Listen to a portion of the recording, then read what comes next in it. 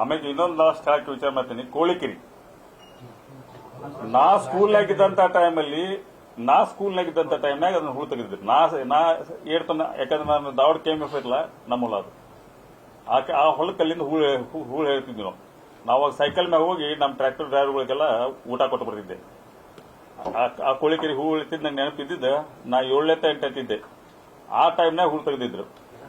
But ಅವಾಗಿಂದ first time ಹೂ ತೆಗೆದಂತವ್ ನಾನು. ಅದಕ್ಕೆ ಕೂಡ ಎಷ್ಟು ವಿರೋಧ ಬಂತ ಅನ್ನೋದು ಕೂಡ ನೀವು ಗಮನಿಸ್ರಿ.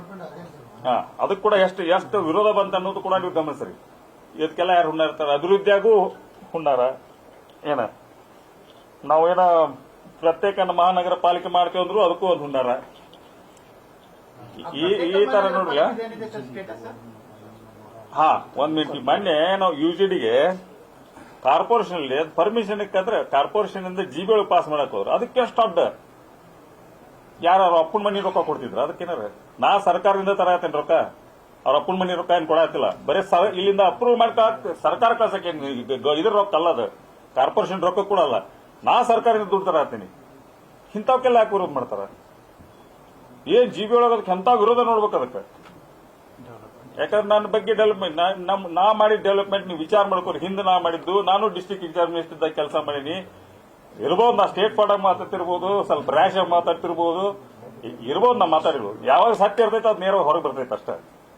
ನಾ ಇವತ್ತು ಹಿಂದೆ ಹುಣ್ಣಾರ ನನ್ನ ಜೀವನದಾಗ ಒಬ್ಬ ಮನುಷ್ಯ ಕೂಡ ಇವತ್ತಿಗೆ ನನ್ನ ಲೈಫ್ನಾಗ ಅನ್ಯಾಯ ಅನ್ನೋದು ಮಾಡಿಲ್ಲ. ನಾ ನ್ಯಾಯ ಒದಗಿಸ್ಕೊಟ್ಟೆ.